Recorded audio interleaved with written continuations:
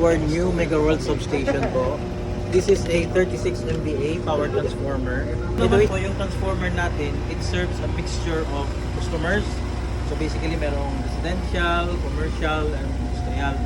Yung power transformer po natin, equipped siya with automatic voltage regulator. Because ng automatic voltage regulator, maiiwasan po natin yung mga customer complaints like high voltage and low voltage. Kadalasan yun po yung complaint.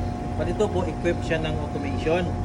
So if in case yung voltage niya is merong nag-go beyond sa regulated voltage, siya yung nang-automatic na mag-adjust. So pag medyo mainit, yun po yung kalaban ng transformer natin. So hindi gusto na yung transformer na mainit siya. So meron yung automated na cooling system. So at a certain temperature, nag-on yung fan niya automatically. Pangatlo, meron po siyang gas sensor. Yung gas sensor naman, siya yung nag-analyze ng mga internal problems. So sometimes, pag walang analyzer sa labas, sometimes nasisira sa loob, hindi natin nalalaman. But this transformer, equipped siya ng analyzer. Whatever is happening inside, meron siyang data na ibibigay sa atin. So kumbaga, yung approach din namin as mga technical na in charge dito is parang proactive. We know what's going on inside and then we do proactive measures. Ito po merong space. So bakit merong space? Ito po is for additional capacity naman. So maybe next year or the following years, lalagyan po natin ng additional na power transformer to cater to the growing demand ng Iloilo City. Yung power supply po natin galing kay National Grid Corporation of the Philippines or NGCP. Kung mapapansin po natin sa itaas, merong dalawang line na pumapasok. Yung purpose po niyan is for increase ng reliability. Ibig sabihin, pag may problema po yung isang line or source natin, we can switch to another source. So in order na yung supply natin sa kay customer continuous pa rin even though may problema sila sa kanilang lines. Ito naman po yung mga feeders na naman, papunta ito kay customer na. Dito na yung palabas nagsiserve sa kanila. So merong 4 na feeders dito, merong 2 doon. Kung mapapansin po natin, meron siyang tie switch in between sa kanila. So anong purpose naman po ng tie switch? Same din, to increase the reliability. So ibig sabihin, pag may problem po yung isang line natin papuntang customer, we can just easily transfer to another. Again, to continuously serve our customers regardless of what's going on sa kabilang feeder. Punta po tayo sa loob, ma'am.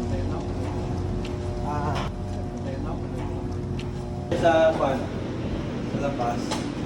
So, before siya pumunta sa mga feeders natin, dito siya dumadaan, ito po yung mga switch gears naman niya. So, high voltage switch gears, and then yung control niya is galing naman dito sa mga relays natin. So sa human body analogy, si power transformer natin para siyang heart ng tao. So sa mga protection relays naman natin, ito naman yung brake. So siya yung nag-analyze ng mga problems. And if there's a problem outside or inside the substation, you can send the signal na i-open niya yung breaker. So ito siya para siyang breaker sa loob ng bahay natin ng mga maliliit. Pero ito pinalaki lang, high voltage level. So dito tayo, ma'am, sir. Lahat po ng mga breakers natin, na breaker status niya is naka switch on siya, kulay pula. Feeder F5 meaning feeder 5. Kulay pula, naka-on siya, feeder 4. And by the way, touchscreen po siya. So let's say, pag nag-navigate tayo from anywhere dyan, pwede natin touchscreen na lang. Tingnan natin yung feeder 2 naman. So kung feeder 3, meron siyang 5 megawatt. Si feeder 2 naman, meron siyang 3 megawatt. And then si feeder 1, meron siyang 3.3 megawatt. 3.1 and 5 megawatt. Sa kabila, the same. Isa rin parang pinaka-latest technology natin na implement so more power. Ito yung local na SCADA natin. So, nga po tomorrow. Yeah. So, SCADA, local SCADA siya. SCADA meaning supervisory control and data acquisition. Alam niyo yan. So, ano yung mga functions ng sa transformer naman, ito may mga temperatures, top changer controller, fan controllers, so on and so forth. Ngayon, nasa local pa lang siya, but ang ultimate goal natin is gawin natin siyang centralized. So, currently, we're constructing yung main control center natin. Nadaan